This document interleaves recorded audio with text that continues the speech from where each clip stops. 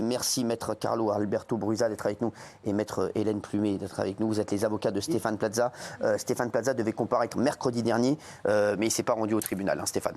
Maître Plumet.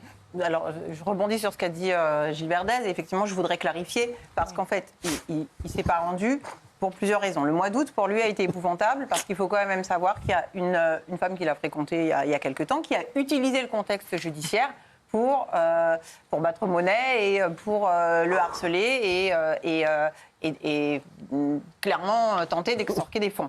Bon, il n'a pas voulu, évidemment, il n'a pas donné suite à ce chantage. Cette femme, elle est renvoyée pour harcèlement et le père de ses enfants est renvoyé pour tentative de chantage. Donc il y a une réalité. Et tout ça, il a vécu au mois d'août, à l'approche du procès, avec Mediapart, évidemment, qui a fait des podcasts tous les 2 jours pour venir alimenter. Donc c'est sûr que psychologiquement, parce que alors, son état est depuis 1 an, parce qu'il ne faut quand même pas oublier que ça fait 1 an qu'il y a en permanence des articles qui sortent toujours considéré quasiment comme présumé coupable. Donc ça, il le supporte quand même depuis 1 an. Et là, ça a été une pression énorme sur les derniers jours qui ont précédé l'audience. Lui voulait y aller à l'audience. C'est effectivement sa psychologue clinicienne qui a dit, compte tenu du contexte, compte tenu de la pression que représente une audience, compte tenu de votre état de santé, on n'est pas à l'abri d'une décompensation psychologique. Donc moi, je ne vous conseille pas. Voilà. À partir du moment où il y a quand même un avis médical, nous on l'a suivi, mais je voudrais que les choses soient très claires. C'était pas du tout, c'est pas la ruse du renard comme certains le disent, où on va utiliser la victime, le victimisé, c'est une victime. Parce qu'à partir du moment où il y a des personnes qui sont renvoyées devant le tribunal correctionnel pour harcèlement et pour tentative de chantage, c'est une victime. Si pendant quelques secondes on s'imagine aussi que les plaignantes aujourd'hui ont fomenté tout ça, ont monté cette coalition pour lui nuire et qu'il n'y a pas de violence, on peut s'imaginer ce qu'il a vécu depuis 1 an. Et donc c'est une victime. Maintenant, son état, effectivement, ne lui permettait pas d'être présent à l'audience. Il nous avait donné mandat pour le représenter, comme on a le droit de le faire en procédure pénale, sur la base de l'article 411. Donc il nous avait donné mandat de le représenter et on avait tout ce qu'il fallait pour plaider. Est-ce que le fait qu'il ne soit pas rendu au tribunal peut être... ça peut être mauvais pour lui ou pas du tout? Alors, sur les questions qu'on a plaidées à l'audience, sa présence n'était pas nécessaire. On a plaidé des questions prioritaires de constitutionnalité, on a aussi des questions de nullité qu'on aurait aussi pu plaider. Ça a déjà duré toute l'après-midi et sa présence n'était pas nécessaire. Maintenant, ce n'est pas nous qui avons demandé le renvoi, c'est le président qui a considéré qu'effectivement, ça serait plutôt dans son intérêt d'être présent et qui a reporté l'audience pour qu'il puisse être présent. Gilles Verdez. Oui, c'est ça, Maître Brusa notamment, c'est que sa présence est jugée nécessaire par le président. Et les victimes ou supposées victimes étaient là aussi pour l'entendre. C'est-à-dire que sans lui, honnêtement, il ne peut pas y avoir de procès. Et la chose, non, elle n'est pas exactement ainsi, parce que le président a ordonné une expertise médicale qui doit être déposée le 18 décembre pour savoir si le 9 janvier, M. Plaza sera en état d'être présent. Ça veut dire que c'est une nuance de taille. En droit français, l'article 400 permet la représentation. Si le président considère que la présence du prévenu est nécessaire, après, la question, est-ce qu'il pourra être présent en fonction? Alors, le point qui a été développé par mon associé est tout à fait exact. Le problème, c'est qu'on avait une procédure déjà extrêmement lourde à supporter. Pourquoi? Parce qu'il n'est pas renvoyé pour des faits de violence simples. En droit français, c'est la qualification pénale qui a été donnée par le procureur est une qualification volontairement extrêmement lourde, parce que maintenant, quand j'irai en audience, et nous irons en audience, on va discuter s'ils étaient un concubinage, une relation conjugale. Or, il n'était ni un concubinage, ni une relation conjugale, ni maritale. Donc, ce sont des éléments qui changent littéralement la donne, parce que de dire, ah, il est renvoyé en correctionnel pour des violences conjugales. Et d'ailleurs, le mot remplit bien la bouche, remplit bien les titres des journaux, remplit bien les titres de tout. Alors qu'en réalité, si vous dites, bon, il est renvoyé parce qu'il a insulté sa compagne, ce n'est pas du tout la même chose. Et puis attention, quand j'ai parlé de la question de l'ITT, là on touche quelque chose d'extraordinaire. Parce que bien sûr, l'ITT en France, seul pays en Europe, voire au monde, où on détermine la nature juridique d'une infraction, l'incrimination en fonction du nombre de jours d'ITT. C'est-à-dire que vous avez plus de 8 jours, en cas de violence normale, vous tombez en correctionnel. Si vous avez moins de 8 jours, c'est une contravention de 5e classe. Et déjà, c'est un point fondamental. Pourquoi? Parce que si effectivement, ce sont des violences simples, non sur un conjoint ou une conjointe, ou un membre d'une personne paxée, etc., on est en violence simple. Si vous avez une ITT de moins de 8 jours, aujourd'hui, Stéphane Plaza ne serait pas encore correctionnel, il serait peut-être convoqué devant le tribunal de police. Vous voyez déjà la nuance. Donc ça veut dire que la charge qui a été faite, c'est le choix. Et je peux vous dire une chose, le procureur de la République, je le dis avec force, parce que l'enquête était à charge, parce que quand on a vu, et on a tous les nullités de tous ceux qui n'étaient pas mis dans la procédure en tant que pièces produites, nous on a produit 1250 pièces. Aucune pièce n'a été jointe à la procédure. Ça veut dire tout simplement que nous sommes aujourd'hui dans une situation dans laquelle on a mis en place une opération commando sur un plan juridique et judiciaire. Attention, hein. En tant que cabinet et en tant que maître Plumet, maître Boulouza, nous défendons les femmes et nous en avons plusieurs de femmes. Ça veut dire que la mienne et la nôtre n'est pas une défense politique. Je dirais même que j'ai défendu en 30 ans plus de femmes qui ont subi des violences que de mecs qui en ont compris. Donc ça veut dire tout simplement qu'il ne faut pas confondre le fait de faire du droit. Et je vais vous dire une chose qui est très importante, je le dis à tout le monde, parce que souvent vous parlez de procédure et vous en parlez parfois sciemment. Mais la procédure est la sœur jumelle de la liberté.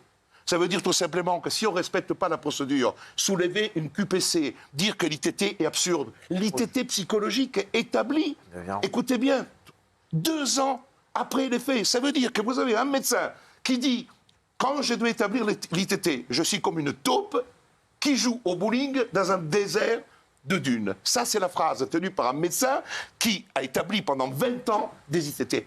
Ça veut dire, et je termine... Vous avez été retoqué là-dessus, maître, hein? Ah non, attendez. Sur les questions... Non, pas du tout. Le juge, et les choses, il faut dire... Rétoqué, ça veut dire que la QPC n'a pas été envoyée. Mais le tribunal a bien rappelé... C'est la question constitutionnelle. Question prioritaire de Prioritaire. Voilà. Et puis attention, j'aurai le droit de faire appel parce que j'ai soulevé, vous connaissez bien le dossier, parce que vous avez écrit un livre sur Franck Ribéry et j'avais soulevé une QPC d'un Franck Ribéry qui avait permis de renverser la charge de la preuve. Et on a été relaxé alors qu'il y avait 18 pages d'ordonnance dans lesquelles théoriquement il aurait eu des relations tarifées avec une Zaya et qui aurait sollicité. On a été relaxé totalement. Pourquoi? Parce qu'il y a eu un renversement de la charge de la preuve qui est établi par la Cour de cassation. Et dans cette affaire-là, la question des ITT est une question déterminante, pas seulement pour M. Plaza.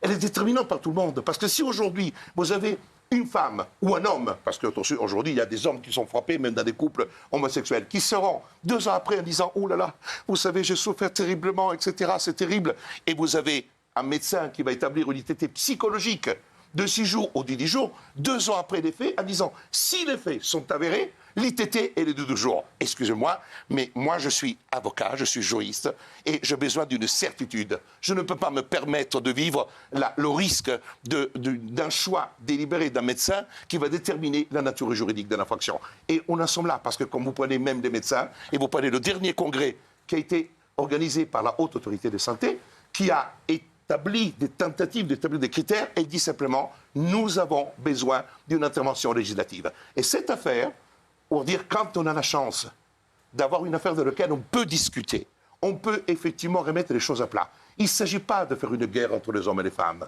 Il s'agit de rétablir un équilibre parce qu'on est passé d'une justice qui méprisait la femme. Et moi, j'ai commencé il y a 30 ans, quand on n'écoutait pas les enfants, quand on n'écoutait pas les femmes, quand une femme, pour déposer plainte pour viol, elle devait se massacrer. On a renversé les choses. Aujourd'hui, je vais vous dire autre chose. J'ai discuté avec des juges d'instruction. Et je vais pour un procès de viol dans quelques semaines, le 23 septembre. Et j'ai discuté avec des juges qui ont dit « Mais vous savez, maître, moi-même, aujourd'hui, nous-mêmes, nous avons peur de ne pas poursuivre, parce qu'effectivement, on risque nous-mêmes la médite populaire. » Ça veut dire qu'aujourd'hui, la justice, en matière de conflit entre les hommes et les femmes, elle n'est plus rendue avec sérénité. Vous avez parlé souvent de Harry Habitat. La justice, juridiquement, a prononcé un non-lieu. Exactement. Et il a tenté de jouer ses spectacles et des femmes entrent en incognito pour ensuite crier violeur. Et ça, c'est inacceptable. Ah oui. C'est-à-dire qu'aujourd'hui, le procès médiatique, le procès devant la télévision, devant les médias, vous avez ce journal quasiment de caniveau qui ne fait que traiter, mais pas simplement M. Plaza, beaucoup de gens. Vous parlez de qui? De Mediapart. Ah, d'accord. Mediapart, je dis un genre de caniveau parce qu'aujourd'hui, c'est aller chercher le caniveau. Parce que ce qui était fait contre M. Plaza, aujourd'hui, effectivement, ils ont changé de fusil. Parce qu'effectivement, cette femme qui a utilisé Mediapart pour attaquer à nouveau Stéphane, ensuite, c'est une chance que nous sommes intervenus. On a pu bloquer l'opération. Parce que ce qui s'est passé, et je terminerai sur ça, lorsque les femmes sont allées voir Mediapart, il y en avait 3. Et au début, c'est une affaire de harcèlement. Après, on va voir le journal Plaza, ça fait vendre, on commence. Il n'y a pas de plainte. La plainte n'a pas été déposée. Il n'y a pas de plainte déposée ou signalement fait. C'est quand, effectivement, on se rébiffe et ils sont au courant de l'existence d'une plainte pour harcèlement qu'elles font un signalement au parquet. Et je dis cela est très important parce que les spectateurs et téléspectateurs doivent connaître ces chronologies. Et surtout, ce qui est important, c'est que le Mediapart présente 3 victimes. Et sur les 3, il y en a une, déjà, qui dit clairement à l'OPJ, je considère que je n'ai subi ni violence physique, ni violence psychologique. Et pourtant, on parle de 3 victimes. Et quand il y a une autre femme qui arrive, on vous parle d'une 4e. Alors qu'il y en a une qui dit, j'ai pas subi de violence physique et psychologique. Elle faisait partie de ce trio. Ça veut dire tout simplement qu'il y a une collusion. Et aujourd'hui, vous savez, moi j'ai écrit pas mal de choses dans le domaine, et notamment sur ce qu'on appelle la séparation et répudiation. Quand vous avez une femme qui a, entre guillemets, le bonheur de sortir avec un homme connu, comme vous l'êtes ici. Il est... Pas tous, hein. Oh, Gilles est très connu. Fatou, c'est pas une chance pour elle. Hein. Non, bon. C'est plutôt Gilles qui a de la chance, oui. Ils sont magnifiques. Si j'étais femme, j'ai intérêt de le faire, de sortir avec chacun. Remettez vos lunettes. Merci.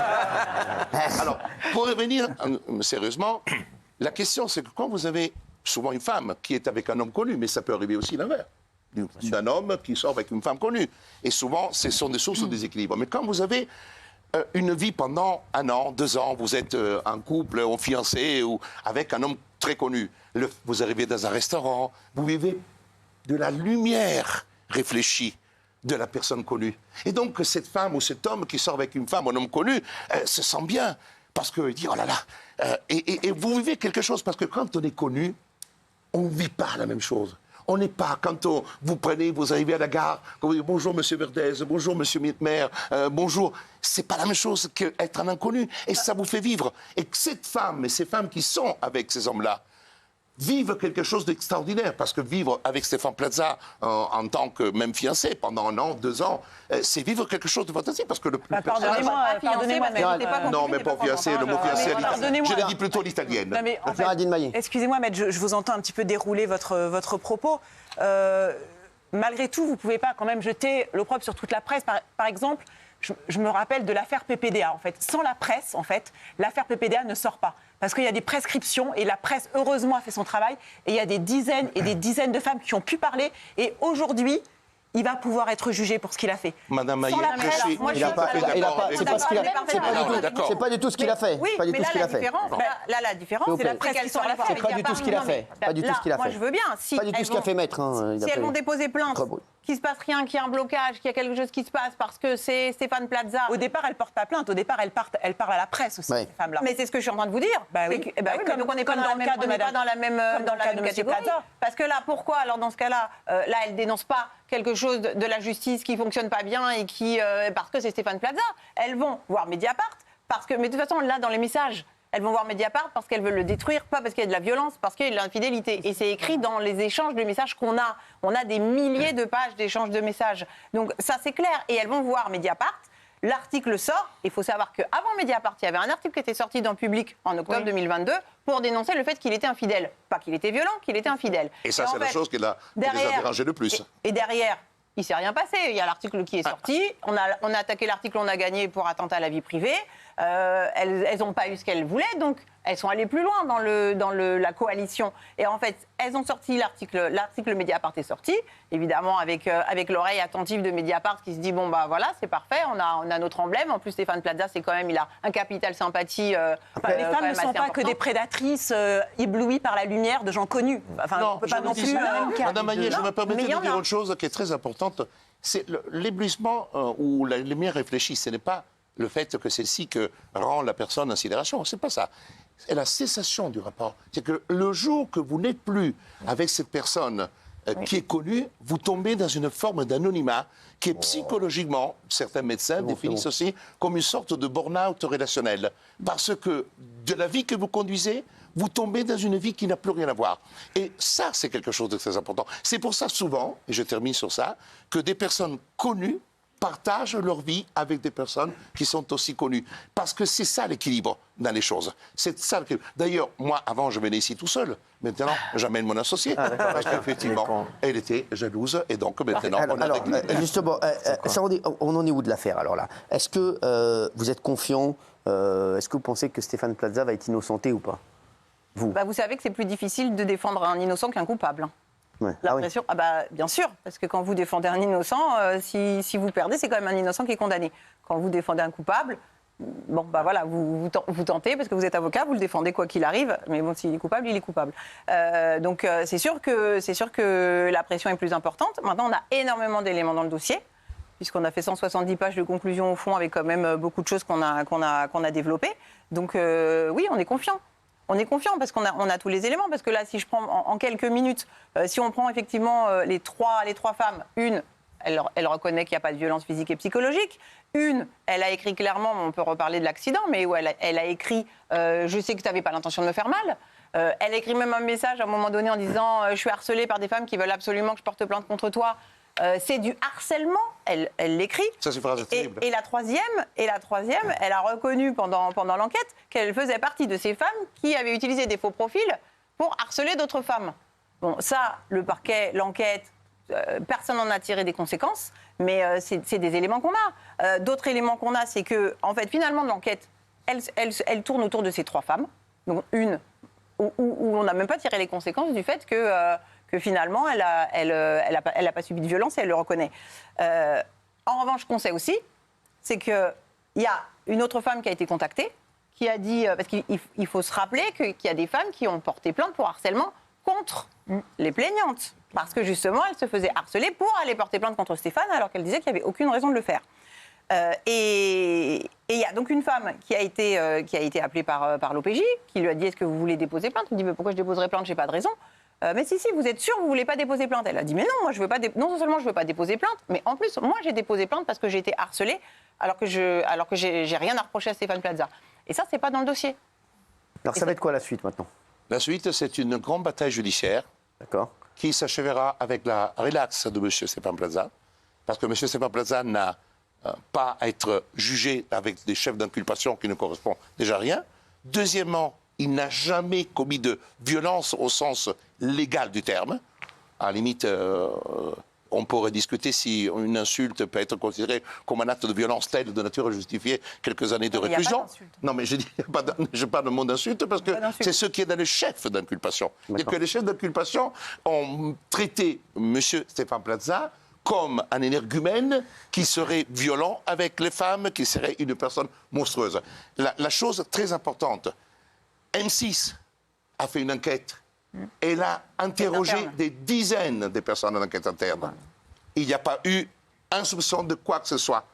Il y a eu des centaines et des milliers de personnes qui ont côtoyé Stéphane Plaza pendant ces années d'émission et qui continuent toujours. Rien, aucun élément n'est ressorti de nature à établir un quelconque agissement, un quelconque comportement. Après, attendez, si on prend, même moi-même, je suis parfois rigolo, je fais partie d'une culture qui est un peu différente. Voilà. Non, mais c'est ça que je veux dire. C'est que le monde a changé. Et aujourd'hui, même le simple fait de faire des blagues un peu salaces devient tout de suite un acte quasiment discutable et attaquable. Et je vais terminer sur le troisième point, qui est très important.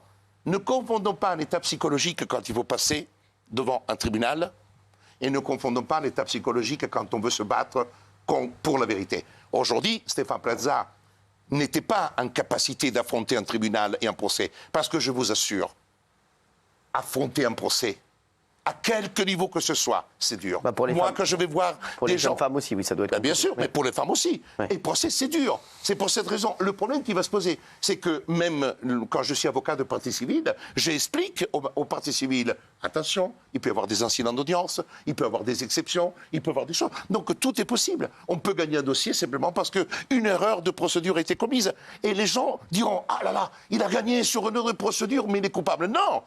Toute décision de justice qui prononce la relaxe pour quelque motif que ce soit la prescription, que ce soit une relaxe pour un défaut de procédure ou sur le fond, est une relaxe. Et si nous voulons retrouver une démocratie respectueuse de la dignité et de la valeur des personnes, et d'accepter le verdict de la justice. La justice Dans ce pays, elle connaît des problèmes. Moi, je la pratique depuis 30 ans. Je la respecte. Et je peux vous dire autre chose. J'ai rarement eu à me plaindre des décisions que j'ai obtenues.